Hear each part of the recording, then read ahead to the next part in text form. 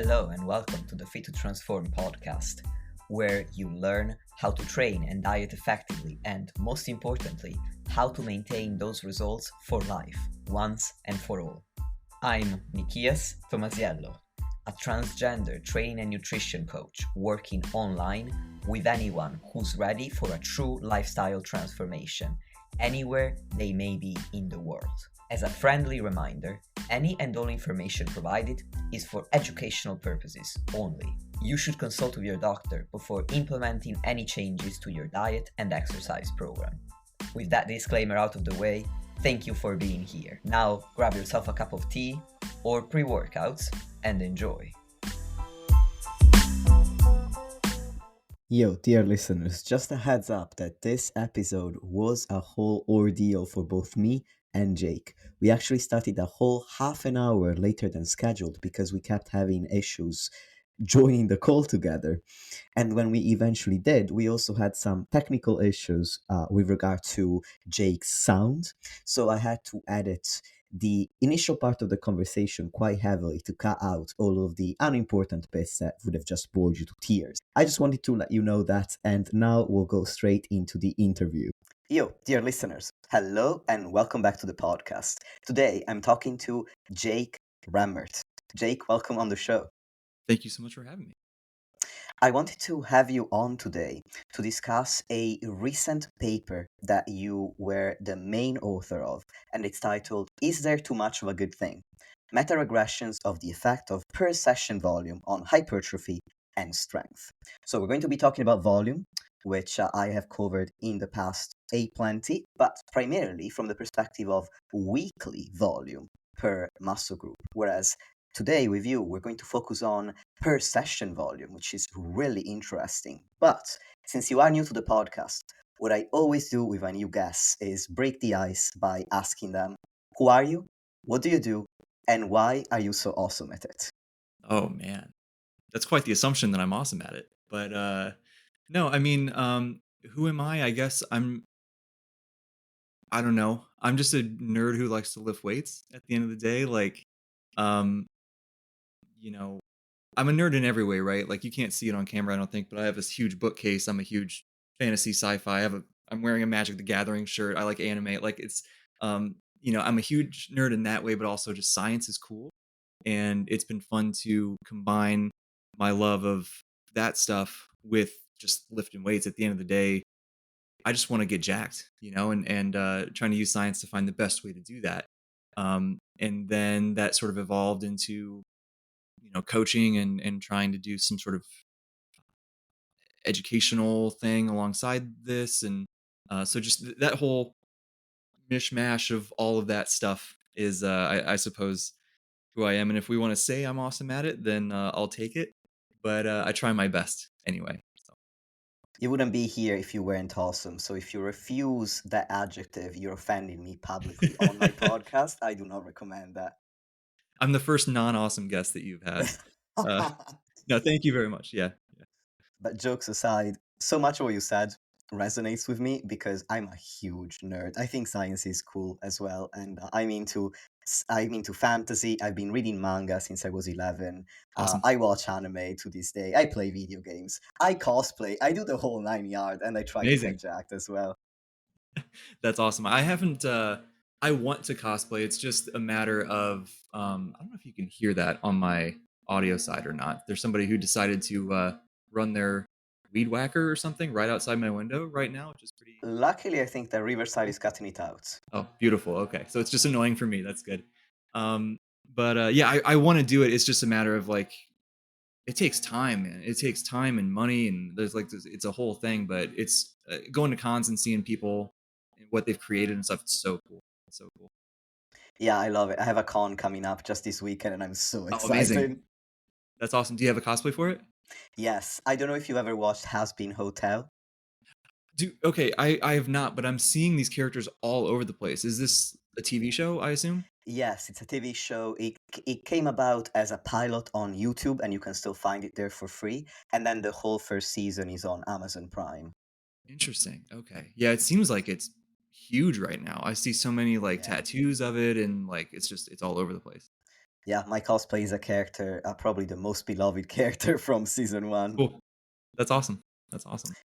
In any case, before I completely derail the podcast and talk about nerd stuff all the time, which I am very capable of, to be We could just honest. do that. I mean, that's probably more fun to talk about than research anyway, right? I don't know about that. I think this paper is really interesting, to be honest. But before we get into that, what we were chatting about before we started recording was how there is some evidence that precedes this paper. And I wanted to hear about your story, how you learned about this evidence, what this evidence suggested, and therefore, as a result of being aware of it, your biases going into doing the research work that you did. Yes. So I guess there's a couple pieces of this.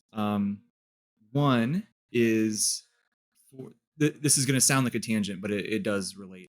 Um, for my dissertation project for my PhD, I want to look at auto-regulating set volume to try to find a way to better take these broad recommendations that we have for volume and try to get into a more individualized and sort of adaptive way to do it, right?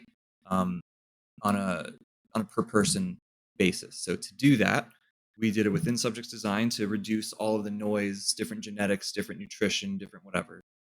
And one limb, they do a number of sets that can change based on their performance and their recovery.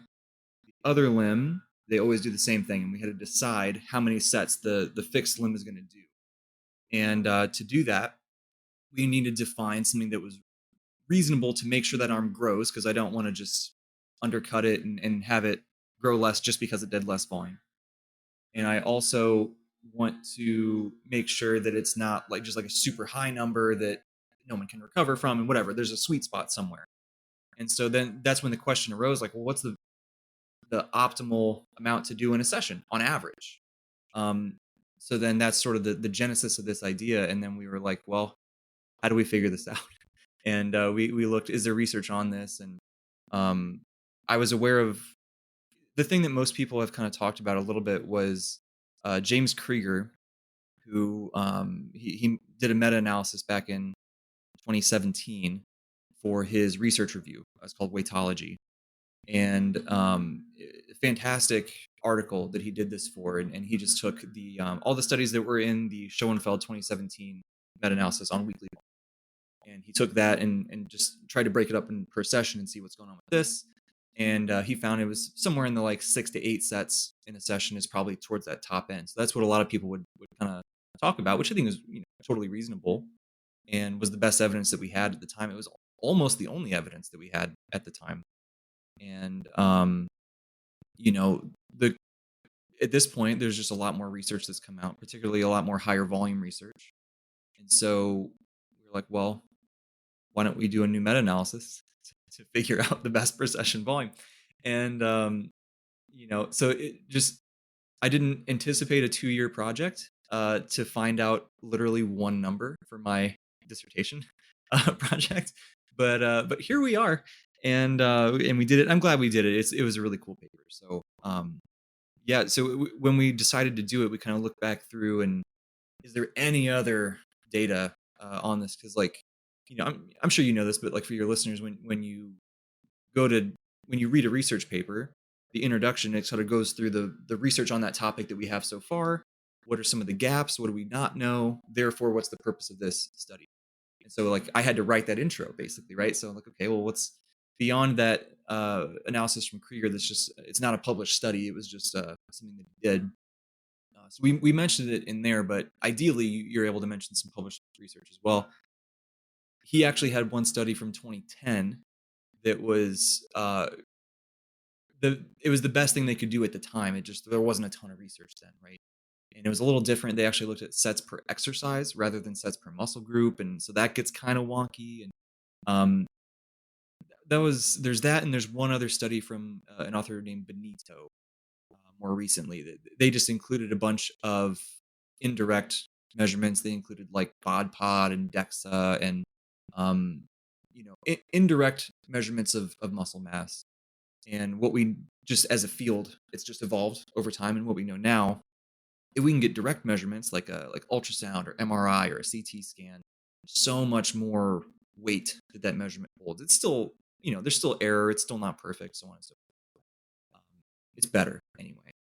And there's just a bunch more studies, like I said. So we're like, hey, let's just do this, man. Let's just do do a meta-analysis, and um, that's what we did. We sort of embarked on the journey, and so that's I guess two big pieces, right? I needed it for my dissertation. There's just not much research on this, and we wanted to have something.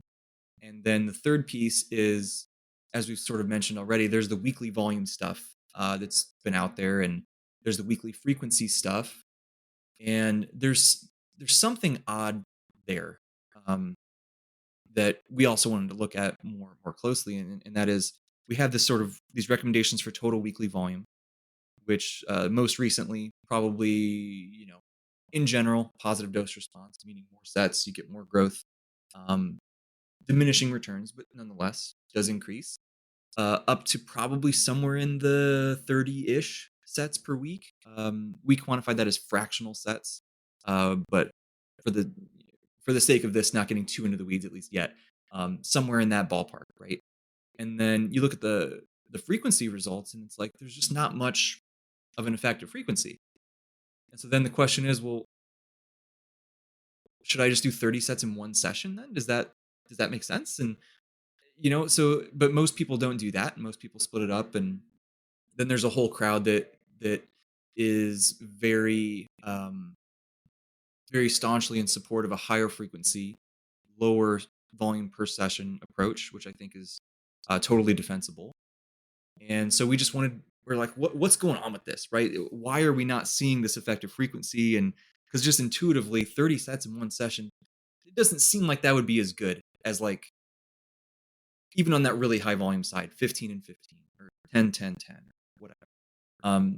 So yeah, so for all those reasons, we're like, let's take the plunge, let's do this and see what we find. Thanks for the comprehensive answer. I'm wondering, you're a coach and you train yourself. Prior to doing this meta-analysis, what was your approach to per session volume? How did you use to think about it and program it for yourself and your clients? Yeah, that's a great question. So it's funny. It actually, I would still sort of recommend doing this in a practically speaking. But what I would do is essentially try stuff, which sounds really bad and rudimentary, but like, you know, uh, bodybuilding lore would tell us that for the most part, training a muscle just once a week is probably not the best. Some people still get great results from that, of course, but by and large, most people, especially in the natural world, you know, at least twice a week. Usually, twice a week is their kind of gold standard, I suppose. So I would typically start either myself or clients with bigger, stronger muscle groups twice a week, and then the smaller ones, arms, shoulders, calves, etc. You could do two, three, sometimes four times if you want, whatever. Depends on preference. But basically, in terms of finding the per session volumes, it was just a matter of let's try an amount that seems reasonable. How do you feel? What's your performance like? What's your recovery like? What is any metrics we have of the actual muscle growth? What are those kind of showing? And if everything points in the direction of they're recovering really, really well and it seems to be working, why not try a tiny bit more? Right? Or if it's the opposite and they're not recovering, and then maybe do a little bit less, and just over time you kind of find your way towards something that's very reasonable. And I think that's still probably what I would recommend in terms of like actually coaching people. But I think now maybe the I think we just have more confidence in how to think about it, I suppose, is how I'm sort of thinking about our results from this meta-analysis, and maybe the starting point is slightly different than what it might have been previously. But I can't remember who I was talking to somebody a week or two ago, and oh no, it was actually my coach. I was talking to my coach about it, and so I told him what we did and what we found, and I won't spoil it all here in case you want to get into it in more detail. But um, I told him, and he was just like, "Didn't we kind of know that already?" And I was like, "I mean, kind of, right? Like now we just have the data." And we were just talking about how like if these results completely revolutionize how you lift, like what were you doing before? You know what I mean? Like, um, so anyway, it's really cool. It's really exciting. I love that we have this now, and I think that it's helpful and great, but at the same time, a lot of the wisdom that we've picked up from all the years of people training and coaching and passing that down and stuff, I think that can still get people uh, where they want to be at the end of the day. Here I am undercutting my own work, but like it's cool, but it's not the be all end all, I suppose. And I think that's also, I'm rambling at this point, but I think it also is like I think of our results as being able to support a lot of different approaches for various reasons that we could get into. But that's also why I lean on the practical experience of coaches over time. Like that stuff it's so valuable, right? And now we have, um, to me, I think in exercise science, a lot of the research is just showing up to describe why things work in the real world, right? It's so slow, right? It's pretty rare that we find something and then all the bodybuilders go and try it every once in a while. But usually it's it's kind of catching up and describing why something is you know been shown to be successful over time. Anyway, I feel like I sort of lost track of the question, but yeah, reel me back in. You went above and beyond the answer. The original Okay. question was, how did you use to program prior to the results of this Oh yeah, yeah. meta-analysis? And now you've more than answered that. I would go into the meta-analysis itself. I'm curious about the characteristics that make it different than the evidence we already had. What's changed? What have you Yeah. changed in your approach? So the biggest picture things would be um, one, there's just a lot more studies now than there was in that original 2010 analysis from Krieger or the 2017 one that was unpublished in his weightology review.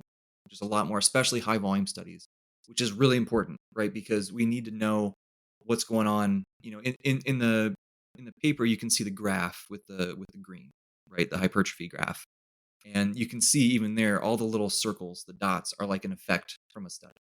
And a lot of them are like lower procession volumes. And the more you go to the right on the x axis towards higher procession volumes, there's just less and less. So the more data that we continue to get with those high volume studies, the more we can just populate the whole thing. And our statistical model can then um, fit that a little bit better, and then we can see, maybe the shape of that curve changes slightly, right? Maybe it tapers off a little bit earlier or a little bit later, whatever. But that's the biggest one. We just have a lot more studies. And then secondarily, the methodology of those studies has improved a lot over the years to where now pretty common practice to see a direct hypertrophy measurement, whether it's ultrasound or MRI or what have you. And so being able to have the just being able to analyze more studies that have the direct measurement is huge, and there's just a lot less variation in stuff when we do it that way. So that's really great. And then the last thing that certainly does matter, but I think doesn't matter quite as much as those things, is as a field, the statistical approaches that people use has changed a lot over the years, and it's just for the better, I think. And I think that makes sense also, right? Like exercise science as a field is very young and very new, and of course it's not going to be hyper advanced yet, right? So as people who actually know how to do statistics have slowly joined the fray, we've been able to really update and improve the way that we analyze data, the way that we can answer questions. And therefore, we also know better ways to design studies that allow for better and stronger inferences from those statistics and all that kind of stuff. So the actual approach that we took is also what we feel is the best way to answer the question. So, yeah, lots of improvements that have allowed us to do this now. So, in summary, we have more evidence, we have better quality evidence, and we have what you think is a better way to analyze the evidence, it sounds like. Yeah, for sure. And there's still, there's a lot of differences study to study. I know a lot of people have concerns about meta-analyses when you look at like, well, this study did, you know, B mode ultrasound, and this study did MRI, and this study did that, and this one had this weird training program, and this one, the beauty of the way that we can analyze the data now is we can just compare the conditions within a study, right? We don't have to go study like looking at it's sort of like the within subjects design I mentioned earlier, right? It's that version, but at the study level now, to where we can compare the different conditions of the different groups within a study. And then rather than saying study A versus study B versus study C, they're so different. So there's a lot of things that can smooth out a lot of those concerns over what you would call like heterogeneity in methodology of study, just differences and variation. So, um, Sorry, Jake, I lost you when you said rather than saying study A and then you cut out for a while. So okay, I cool. missed Yeah. that part. So rather than saying like comparing study A versus study B versus study C, now we can say like, well, what's going on in that comparison within study A, and what's going on with the comparison within study B, and then within study C, and then those within study comparisons, those things that we've seen. Now we can take those and we can weight them differently based on how many participants there were and things like that, and it just smooths out so many of those concerns. Obviously, it would be amazing if every study had the same methodology and used the same perfect measurement, and but that's just not how it works, right? Not all labs have an MRI. Not all, we don't have one in our lab. We would love it, but like, do you have $1 million I can borrow to you know what I mean? Like, um, so it's never going to be perfectly uniform. So thankfully, we can use statistics now to help to smooth a lot of those things out. And speaking of the studies that you meta-analyzed, my understanding is that the characteristics of the study, the studies, are important because they tell us what, who, to whom, and to what circumstances the results of an analysis are most applicable to. So it would be interesting if you could go through the characteristics of these studies to help the audience understand how long of a training of a program these results may best apply to, what kind of participants they may best apply to, the number of participants involved as well, because that gives an idea of the statistical power as well.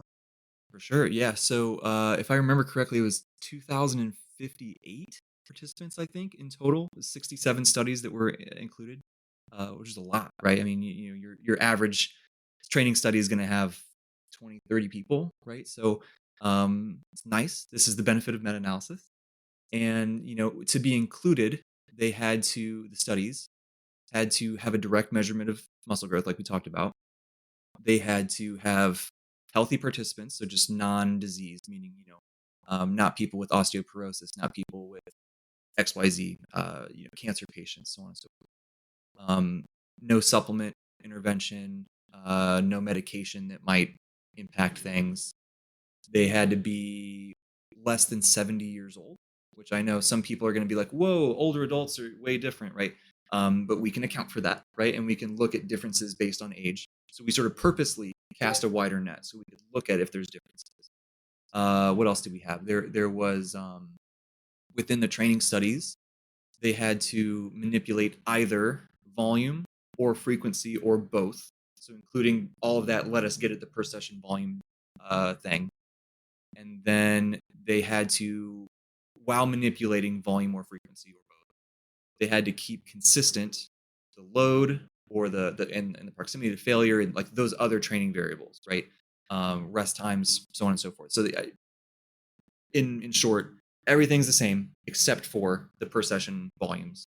And we're able to look at all those things. And then at the end, after we have all that stuff in our model and we get our overall results, that how I would describe those is for the average person in the average situation, which I know is annoyingly unhelpful.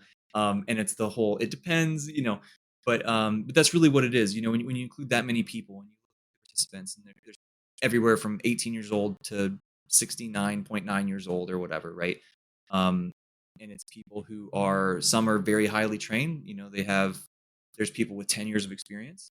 There's people with 1 year of experience, right? There's people that are untrained, right? We included untrained subjects as well. Again, so we can look, is there a difference between trained and untrained or whatever? There's people who are described as recreationally trained. That's most participants in most research studies are like at the university and they work out at the rec or something and then they come in. So it's not like highly trained bodybuilders, but that's, I'm sorry, not going to happen, right? We're just not going to get that many people willing to do a study. So I would describe it as your average person in the average training situation. And then we were able to look at, is this different based on how many years of training experience they have? Or is this different based on if they train to failure or not to failure? is this different based on the length of the study duration? 6 weeks versus 12 weeks versus whatever. And the again, the short answer is like, no, not really. That doesn't mean that none of those things matter. It just means when we look at everything together, there is not enough data to show that any of these things have a strong, consistent effect that actually changes the shape of that dose response curve that we have. Again, that green graph, if you look at that. So what we described it in the paper is that like those things are hypothesis generating. So like you can look in the supplementary materials, you can see all of the analysis that we did for those. They're called moderator analyses. And so if people want to look at those, and there's a couple you can look at them and say like, man, it certainly looks like X condition has greater progress than Y or whatever, right? And just looking at the graphs, like, yeah, some of them do seem to have that, but the data was variable enough or sparse enough that it's just on average it just didn't really impact the model. So the long and short of it, I suppose, all of those different little things, training age, length of the duration of the study, failure versus non-failure, participant sex, rep range, load on the bar, so many things. None of it really impacted it super, super strongly, but there's a few that are probably worth investigating more closely. One to me, for example, is like training to failure versus not, right? Like we have other meta-analysis that seems like training closer to failure is a little bit more growth than training further from failure. So I would hazard to guess if you always train closer to failure versus always train further away, you're probably going to grow a little bit more, as long as you can still recover and those sorts of things. But I don't know, right? So that's like, let's get more studies directly looking at that and that sort of thing. Yeah. That makes sense. And as it pertains to volume specifically, how did you quantify it? 3 different ways, actually. So we went through all the studies, and it's called extraction, where you like go through each paper and pull out all the data, and we have this annoyingly massive spreadsheet that we took. So for example, let's say the study was measuring biceps growth, right? And in the study, they were doing lat pull downs and bicep curls, and so we quantify the direct sets, meaning only when that muscle group is the prime mover, right? So in this example, it would be only the sets of curls would apply. If we did then the total sets, that volume quantification method, we were counting everything. And this is what most meta-analyses have done, where if not all prior meta-analyses have done, where they do everything total. So in this case, measuring biceps growth, they would count a set of bicep curls and a set of lat pull downs as the same stimulus. What we would say probably is people who train a lot, it doesn't feel the same, right? There's probably a little difference there. So then the third thing that we do is called the fractional volume, where we took bicep curls count as one set, lat pull downs are an indirect set counted as a half. So it's a way to get at that idea, like it does something, but it's like not quite the same as a full direct set. And this is one of the primary limitations of the study really is that we quantified it as 0.5 of a set. Maybe that's not perfect. Maybe it's a third of a set. Maybe it's 0.2. Maybe it's 0.8. I don't know, right? We did do an analysis to try to identify like what that number is. And if I remember correctly, it's like somewhere in the 0.3 something, I think. Ultimately, it is somewhat arbitrary, to be honest, right? So like that's something that future research can look into more and more and try to find, what is that optimal value? Ultimately, I don't think it matters that much. Like as long as we have this idea that it counts for something, not as much as a full normal set, but it's certainly not zero. But anyway, so that's what we did is we quantified it in those 3 different ways. We did all the statistical models on all 3 of those, and the one that fit the data the best for hypertrophy was the fractional counting method, which I think makes sense based on just what our experience is lifting. And so that's the one that you see in the paper. But if you go into the supplemental materials, you can see the other stuff if people want to look at those. Um, yeah, so fractional does seem the best for hypertrophy. That's what we found for the weekly stuff too when we did that other paper. Um, yeah, Yeah, I it talked seems to like Larry it's Helms about the other paper. yeah. It's cool. It was really cool, and it was so interesting to see in that paper with the weekly volume stuff, and then the frequency was like, it doesn't matter. And then now we see in this one, I hope I'm not getting ahead of us, but we had the 30-ish weekly sets, right? Frequency doesn't seem to matter much. But then now for in the per session, it's like 10 or 11 is kind of roughly that. Um, it's still, I'm not saying you wouldn't grow more by doing more sets in a session, but you start to really have to like squint at it and hope, you know, like that 11 fractional sets is where we define that as the point where there's a less than 50% chance that doing more sets is going to make you grow more to a level that's measurable, right? So it's unlikely that you're going to get like a really tangible amount of growth by doing more. So how does that fit together, right? Like 11 sets is not 30. That would imply we should train that muscle 2 or 3 times a week. But then the weekly paper is finding no impact of frequency. So there's something going on. So to me, this is like a really interesting area that I think research can go in for muscle growth is trying to design studies to get at that question a little bit more. And I hazard to guess, I don't know, but my guess is that a lot of the studies that we have, they're not, we haven't looked a ton at like pretty low, but not extremely low per session volumes. Like there's stuff that's like 1 set, but there's not much that's like 3 or 4 or whatever, right? Like I think it's totally, especially if you look at the results of this paper and how you get the most growth out of those first 3, 4, 5 sets, and then it still goes up, but it tapers off some. And so I think it's totally valid to say like, why not just do those big bang for your buck sets and then chill and come back in 2 days and do it again, right? So maybe that's better rather than doing 10 or 11 twice a week or something. The data does not show that yet, but I think that's because we just don't have the research on those things yet, right? Like, I could totally see that being the case. That's a it's such an interesting idea. I was talking, Steve Hall. I was talking to him about this the other day. Yeah, absolutely. I know him in person, actually. Oh, look at you. Okay. I am special, just living in the UK. Oh, there you go. Steve's the man. I was talking to him a little bit about this, and like the meta-analysis describes the data that we have. It doesn't necessarily describe reality. Ideally, it does both, right? Because ideally, we have enough data that we can look and see reality through it.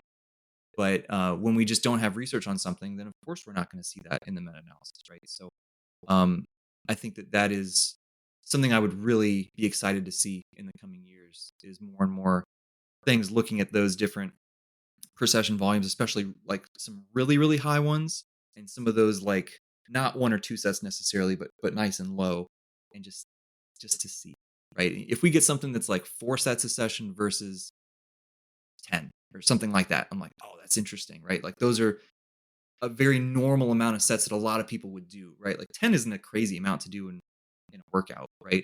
Um, Neither is 4. But I think there's people who are very staunchly in each of those camps. So I would love to see more comparisons like that. But yeah, I don't know. I'm glad you went into the results because that was going to be my next question. Oh, perfect. So you saved me having to ask the question. And what I was going to ask, I actually had quite a few thoughts, and now they've all fled my head immediately as soon as I started talking. I'm like, Sorry. great, amazing. But something that was interesting to me about the frequency aspect was that as I was reading the paper, my understanding, I kind of had like that light bulb moment where you have an insight that you've never had before, and you're like, wow, my mind is blown.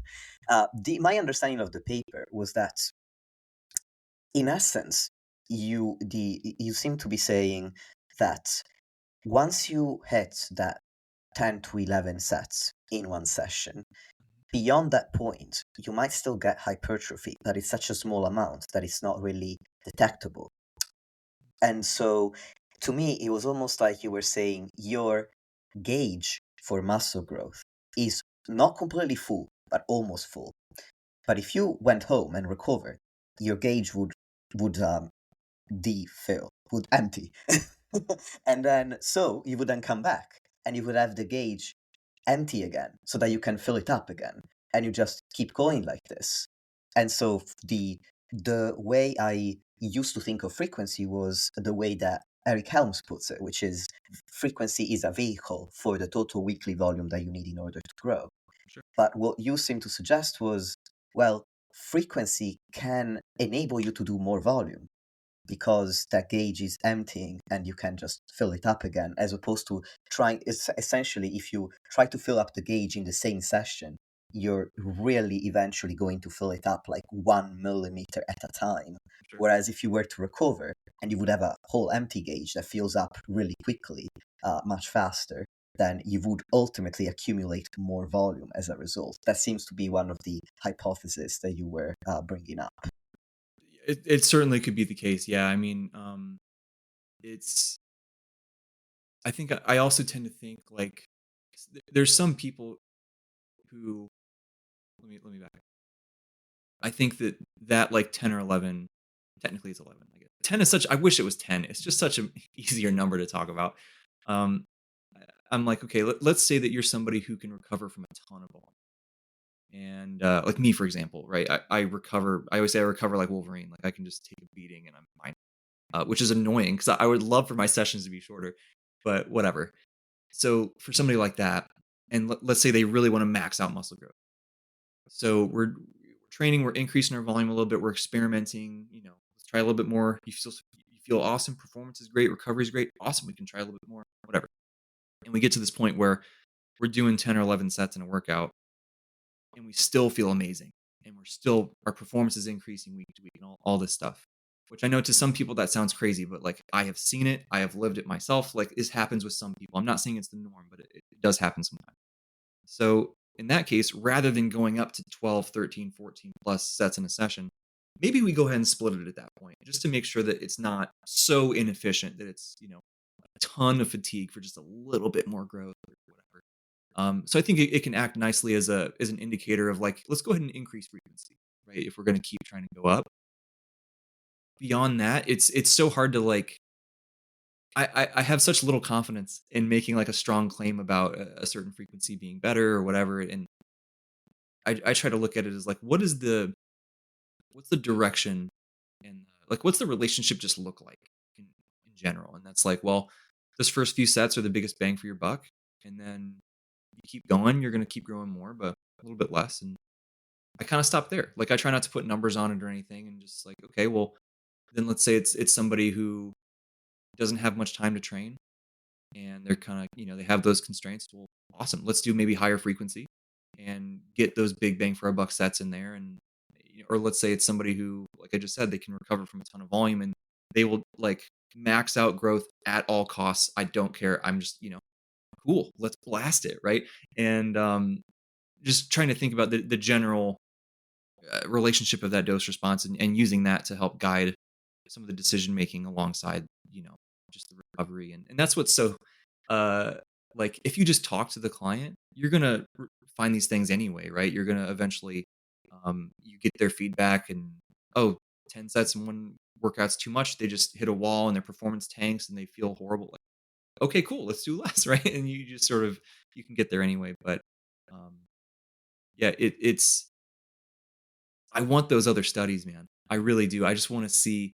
I could totally see it being the case that like maybe that sweet spot is 3, 4, 5 sets and then a higher frequency. Maybe it is. I don't know. That's the I've seen a lot of. Sorry, I know I'm going off on tangent, but I see a lot of comments of people saying like, "Oh, sweet, 11 sets per workout is optimal." No, right? Because now I'm not saying do 11 sets in a workout. I'm just saying like we talked about, it's just sort of that point where it's like, probably doesn't make a ton of sense to do more for most people.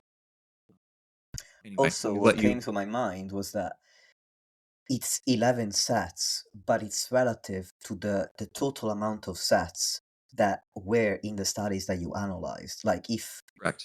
if there had been more volume, if there had been studies with greater volumes than those that you meta-analyzed, maybe this point of diminishing returns would have shifted higher. We don't know Sure. that at the moment. Maybe lower, right? It could Yeah.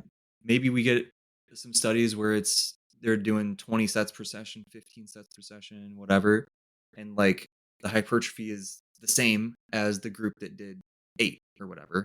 Then all of a sudden, rather than it kind of curving up, I hope that's the right way on camera. Everything's reversed. But rather than it kind of This is curving like audio that. only anyway, so nobody Oh, cares okay. what you're doing. Rather than it curving up relatively smoothly, maybe it like goes up a little bit and then tapers off really hard or something, right? So maybe years and years from now when we can do this again, I don't want to do it again. Somebody else can do it. That maybe the shape looks totally different. I don't know. Yeah, that's you're spot on. Just more data can definitely influence. Two questions on that. What was the average per session volume in these studies, and then the average weekly volume as well? And then I'll lead on with the next question. Average per session, I want to say was 7, something like that. It's in the paper somewhere. It's like 7 or 8 in a session. Weekly volume, I don't remember. That should be somewhere in the weekly paper, I would imagine.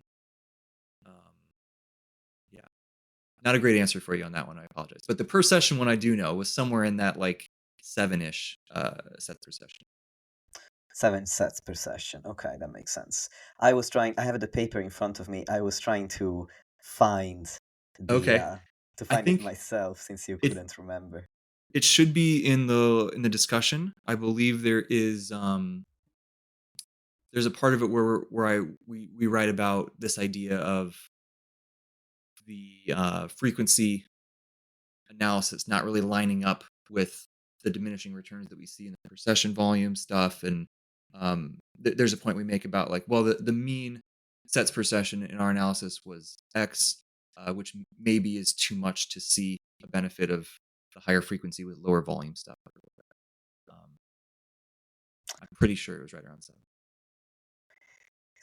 So it was where you were talking about the multiplying the per session point of undetectable, that PUOS acronym that I've been trying to learn It's a and I'm weird one. failing. Yeah. Multiplied by the average weekly frequency that was from the present investigation. So the average weekly frequency was 3.3 sessions. So people were doing between 2 and 3 sessions for a muscle group each week. And then I think it's a little bit after that, maybe.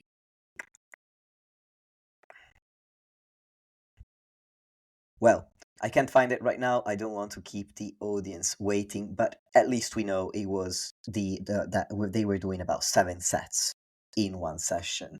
And in any case, my other question was going to be about the detectability of the outcomes. So when you're saying that beyond 11 sets, the hypertrophy outcomes were undetectable or less and less detectable to a point where it didn't seem valuable to keep going, unless you really, really want to eke out every little bit of hypertrophy you can. Anyway, the point is, in practical terms, what does that mean? Like, like if we're talking about visual changes, which is what people care about, what does detectability mean? Yes, great question. Also, I found it. It's 6 sets per session 6 is sets per the session. average. Range of 0 to 24, but the average was 6, which again shows most of it was packed down in that kind of low to moderate side. So the detectability stuff, we had luckily an awesome meta-analysis that we could use for this. So James Steele, if you're familiar, is fantastic at this stuff, and he had a big meta where he looked at like, what is the variation in resistance training studies, just point blank. And a lot of that is measurement error and stuff like that. And so we use that as a baseline because we tried to just use the measurement error within only the studies that we included, but it was not reported particularly well in the studies, right? So happy accident that the meta-analysis from Steele had even more people by wait, is that true? I think that's true. Anyway, we were able to use that, and I'm trying to remember the exact number. think it was around 4% is the normal error you might see, the variation you might see in hypertrophy results in resistance training research. And so we used that, and we were able to calculate what's called the smallest detectable effect size, which is like, okay, for an effect to be detectable as a real effect, a real increase in hypertrophy, whether it's measured by ultrasound or MRI or whatever, it needs to exceed that, what we would call, it's probably measurement error or whatever. So that was sort of our measuring stick. And then we were able to take the results in our meta-analysis for muscle growth. Same thing for strength, but so we could say like, okay, well, doing 1 set per session gave us X hypertrophy, and 2 sets gave us X, and whatever. And so this is where that PUOS of 11 came from. Is we said, well, okay, well, now doing additional sets, that increase in growth has a less than 50% chance of exceeding that smallest detectable effect size, a less than 50% chance of being an actual measurable thing based on this greater body of research that we do. Yes, I believe it was around 4%. I want to find it really quick, but anyway, there you go.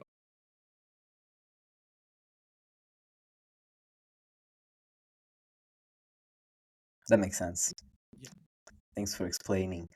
And what's interesting to me is something that you said earlier about how if you ask your clients, you will find out if they're recovering from a certain amount of volume, if they're recovering even so well that it might be worth adding a little bit more.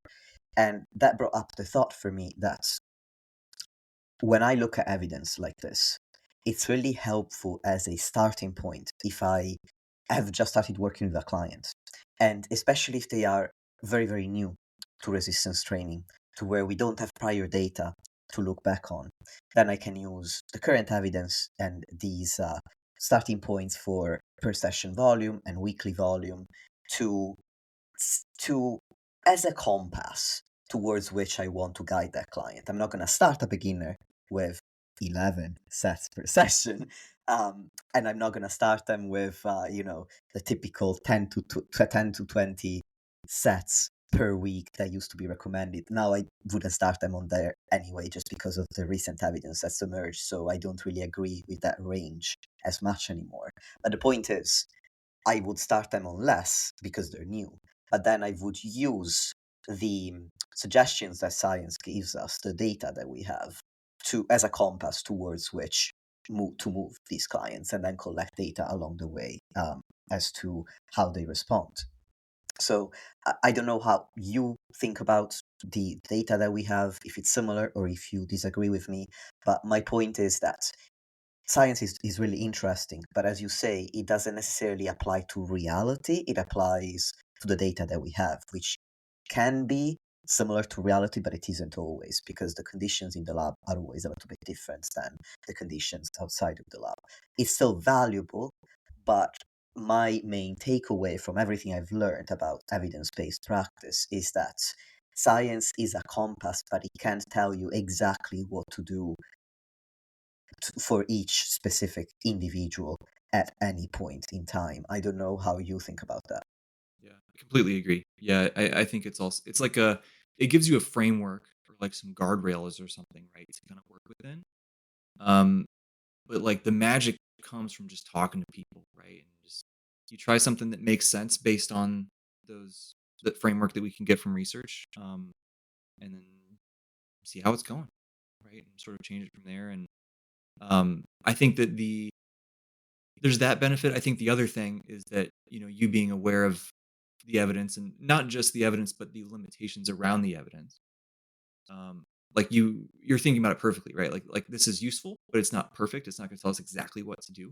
That also gives you a sort of a filter about how to make some of those decisions. Like, okay, they're doing whatever, 5 sets per session, and they're they feel fine. They could definitely do a little bit more, whatever. You're not going to say, okay, let's triple it, right? Like that. You're just, better than that, right?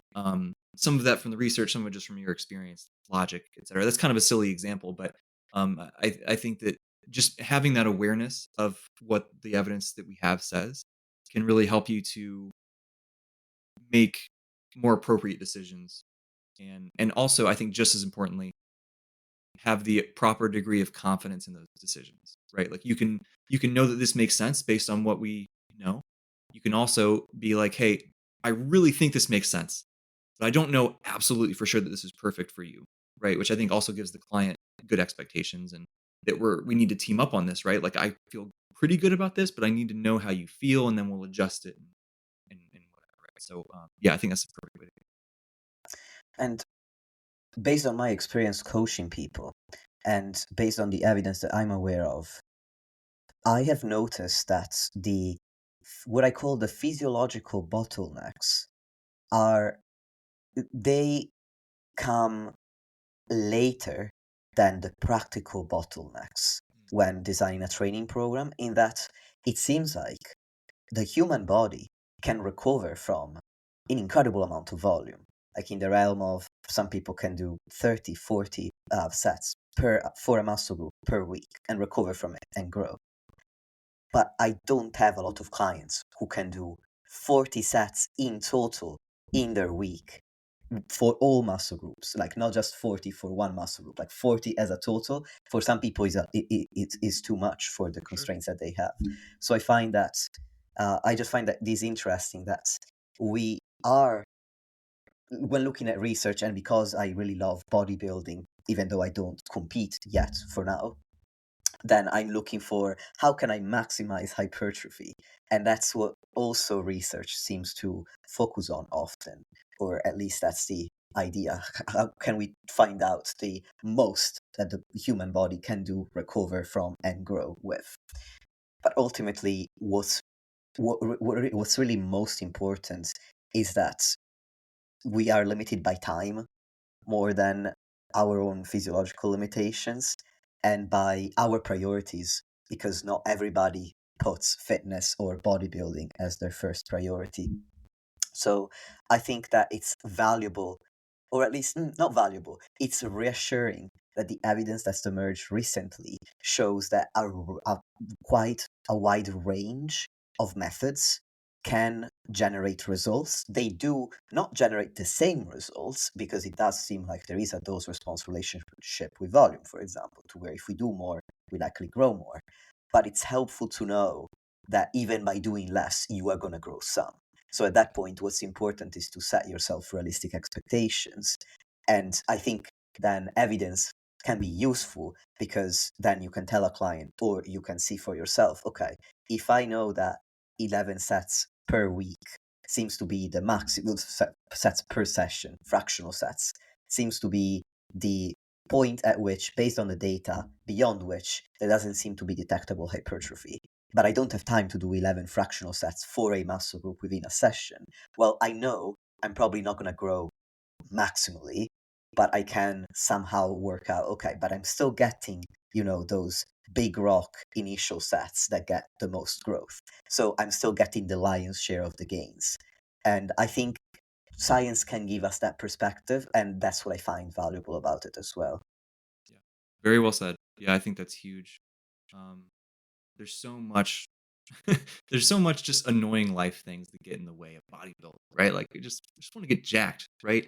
And all of a sudden, you're stressed out and you only have an hour to work out, and then you gotta go home and your dog's sick, or you gotta you fight with your partner, or you whatever, right? There's always something that gets in the way. But I totally I think about this all the time lately, right? Like I competed 5 months ago now. It's crazy it's been that long, but like my start of my off season has not been ideal, right? Like I've been super busy, super stressed, had some mental health stuff. Like I was in like this weird depression pit for like 2 or 3 months. Like there's all kinds of stuff going on.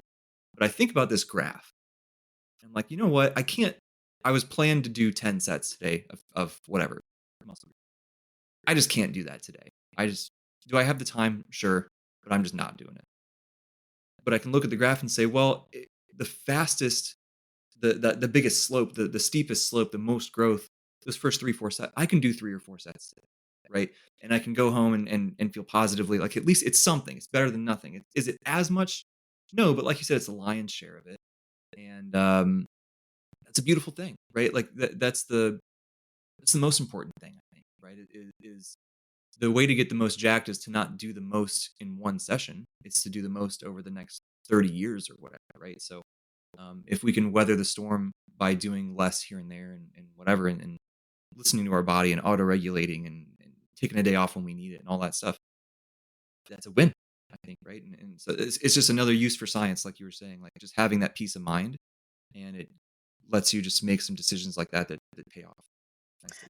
That's such a great perspective because there are so many people who say, well, I can't follow my ideal program because it's too much for me, so I'm not going to do anything at all. But Yeah, what sure. you've just said is that volume doesn't just matter per session or per week, it matters in terms of years.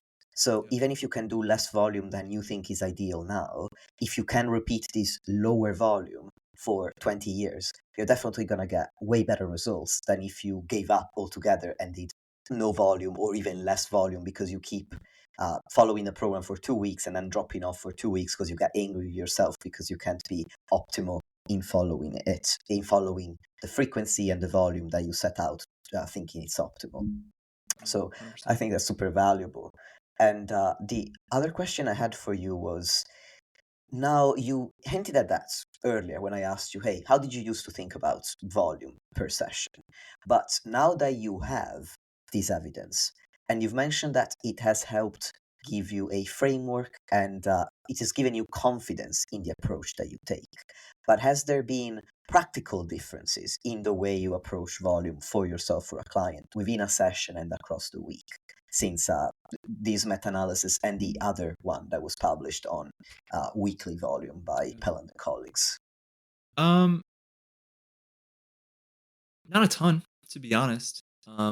I think probably the most tangible thing is probably, you know, I have 1 or 2 clients that can do a lot of volume and recover, and they're fine. And so for those, like, there's we actually just did this like a month or so ago, where we wanted to keep trying with slightly higher volumes. Like, all right, let's go to a third session for your chest then, because like we're hitting this, 12 sets of chest in a workout. Based on this, like, let's split it up a little bit and see how that goes. Which is sort of its own can of worms, right? Because then you have to say, like, well, should we do the same volume in each of those 3 sessions? Like, obviously, let's say we were doing 12 and 12. That's 24 total sets. So now, should I do 8, 8, and 8, or should I do, 10, 4, 10? Or there's a bunch of ways to do it, and maybe having a day that's a little bit less is you get more recovery, right? You're not as beat up, so maybe you can come back and you can do even more the next. Like, there's so many things that the research can't tell us yet, that which is kind of fun, right? We can get creative, we can get in there and try stuff and see what's happening, and experiment with all those things. And so yeah, that's probably been the biggest thing, is just when we hit that higher number, just go ahead and splitting it into a higher frequency, which I wouldn't have done before. I would have just been like, oh wow, you can recover from a lot, cool, and just keep going. So yeah. That makes sense. And in terms of, you also brought up earlier some interpretations that people have made of the paper and that you don't necessarily agree with. Have there been others uh, that you've seen on social media or that have been brought up in conversation, other interpretations that you think are inaccurate, that you disagree with? Any myths that might have already started circulating around that you might want to bust right away as more and more people read the paper since it is open access? Yeah. Yeah, I mean, I think that's probably the one of the biggest ones, at least, is that idea of like, oh, 11 is the optimal number then. Um, you know, not necessarily think about the shape of the relationship like we talked about. I think some people have seemed, I want to be generous and say misunderstand, although if they read the paper, it's all clearly laid out, but that's okay. But to say like, you know, does that mean I need to do 11 sets per muscle group per week workout? And it's like, so this is per muscle group, right? But as we say in the limitations, most studies are not trying to max out muscle growth for every muscle throughout the study. They usually pick one, right? Or maybe two. Sometimes you'll see three, but that's pretty rare. So like we need to account for that, right? We need to account for not just that, but like real world scenarios where we're not constrained to isolating one variable like a study. So like in the real world, we can play with the amount of volume that we're doing. We can also we can control the eccentric a little bit more. We can spend more time in that stretched position. We could do lengthened partials if we want to. We could do like there's so many things, different exercise selection. There's so much. And so if we think about if we're trying to do all the things that we feel will increase the stimulus per set, maybe that makes this look a little bit different, right? Because again, not every individual study is doing that. So I think there's a lot of little real world things like that that we need to keep in mind as we go to program, which ultimately doesn't change anything. It's still the same. You have your starting point, you try something, you talk to the client, you adjust over time, so on and so forth. But yeah, I think it's important to keep those things in mind because some people will, have been saying, um, well, how many people can do 11 sets to failure with length and partials on every muscle group per week? And I'm like, that's not what we're saying, man. I I hear you, but that's not what we're saying here. So that's something I think to keep in mind. I think that the other big one that people talk about a lot is the idea of like swelling and edema, which I will just flat out say I think that's a totally reasonable thing to bring up. I think it's a totally reasonable thing to assume that that's playing a part. Can you Um, characterize it a bit more, just in case people aren't aware of what yeah, you're talking yeah, about? good idea. So what people are concerned about is the greater hypertrophy, quote unquote, that we tend to see with these higher volumes, both weekly and per session, may just be a result of greater muscle damage from that greater volume that then results in swelling in the muscle. That when they do those ultrasound measurements, the muscle looks larger, but it's just water and swelling. It's not actually muscle tissue. Um, what I would say to that, we don't have enough data to very confidently say in either direction. I think it would be naive for people to say that it's all swelling. I think it's naive for people to say that it's not swelling at all. I think it's somewhere in the middle, based on what we do have, which is not much. From what I hear in the grapevine, there is a study coming out relatively soon that's directly looking at this, which will be fantastic. But we don't have that yet. But for now, at least, we have a couple like acute studies, and we cite these in the paper as well in the limitations. But there's a couple acute studies where they had people do it was like 8 sets to failure, and then they would looked at the time course of ultrasounds, right? So they would have people come into the lab, ultrasound measurement at baseline muscle size, do 8 sets to failure, and we measure you immediately. It's going to be swollen, right? The pump, all that kind of stuff. And so then we measure the next day, and then the day after that, and the day after that, and we see how long does it take for that swollen measurement to come back down to baseline levels. And if you look at those, it's like I think one of them 2 hours after training, it was no longer significantly different from baseline. It was still elevated a little bit if you just look at it, but no longer significantly elevated. And by a day or two after, it's certainly back down. And then the other one, I think it was 24 hours later, no longer significantly different from baseline. And certainly by 24, 48 hours later, it's back down. You could say, well, maybe chronic swelling and inflammation from a long-term training program is different from like after one session. Maybe. We have Martin Refalo's paper from last year, his training study, where they did their post testing that was 3 days after the last training session. And then they did another ultrasound 2 or 3 days after that. And they reported the error in those measurements. And there was exceptionally small error between those two. They were very, very similar, not very different at all, which would then say like, okay, well, 3 days later versus 5 or 6 days later, essentially the same. So are we saying that swelling is still an issue 5 or 6 days after training? Maybe. I would be a little surprised personally, but maybe. To me, the question is sort of like it's either swelling is probably not a big deal if we wait at least a couple days for those measurements, or it's still a big deal and we need to wait at least a week. In which case, like, well, when do we start to worry about atrophy? Right? And then is the swelling going away or is the muscle just getting smaller now? Like, it's hard to say. So at the end of the day, we just need a lot more research directly looking at that thing. And most of the papers, if for me personally, it's just my opinion, that I think it's one of those two things. It's either still an issue 5 or 6 days later, or it's probably not much of an issue as long as we wait 48 hours. Almost every paper that reported it, at least, which is a concern, valid concern. Only like 69-70% of the studies actually reported that timeline. So of those, almost every single one was at least 48 hours. So to me, I feel pretty comfortable with that, saying it's probably not swelling, at least to a large degree. But I think it's totally valid to be concerned about that and to be on the lookout for more research to try to have more confidence in your stance. Good news is, like I said, we have that one that should be coming down the pipeline before too long. And then I, by complete lucky accident, found out that my dissertation that I mentioned earlier, I was able to do something with that to look at it a little bit as well. It won't be like designed to test that, so I'll have a little bit less confidence in those results compared to this, study designed for it that I mentioned. But nonetheless, it's still a little bit more. So we'll see. But yeah, I think it's a valid concern, but probably not making or breaking the results, in my opinion. Makes sense. Thank you for explaining. And Jake, I have run out of questions. Is there anything that you wanted to discuss about this paper that you think it's important to share with the audience? I don't know. I think I got everything off my chest. Thanks for having me. This is really fun. I love talking about this stuff, and especially with people like you who are interested in the science, but I think more so interested in just being a good coach and a good bodybuilder, and like, how do we actually apply this stuff? Like, those are the fun conversations to me. Like, this stuff is cool. We can use it to do these things, but like, all the practical stuff we talked about was awesome. So I appreciate it.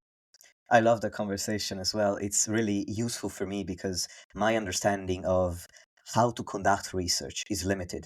I have Sure. some understanding of it through taking courses about it, but I didn't go to university to study applied research like this. So it's, in a way, these conversations help me gain more confidence that my understanding of the research I look at is correct. So and it's thought provoking because you're also a coach, so we can compare notes on Yeah. the practical application of it as well as the data itself. So thank you for coming on. And before we go, let people know how they can connect with you if they so wish. Awesome. Yeah. My probably easiest place is Instagram. It's just Jake.Remmert_coach. Or my website is even easier. It's just jakeremmert.com. If you want to look at coaching info, whatever, just talk to me. It's fine. So there you go. Nice and easy. Awesome. I'll add those links to the show notes as usual.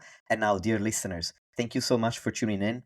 We have referred to a couple of prior episodes throughout this podcast. So if you want to hear more about the Pelland and colleagues paper on weekly volume, I discussed that with Dr. Eric Helms in episode 125. And then, Jake, you brought up the paper by Martin Refalo, and I actually spoke to Martin about it last year. And so if you listeners, if you just look up Martin Refalo in the search bar, you should be able to find the relevant episode. On that note, thank you so much for tuning in. Jake, thank you for coming on. And everyone, until next time.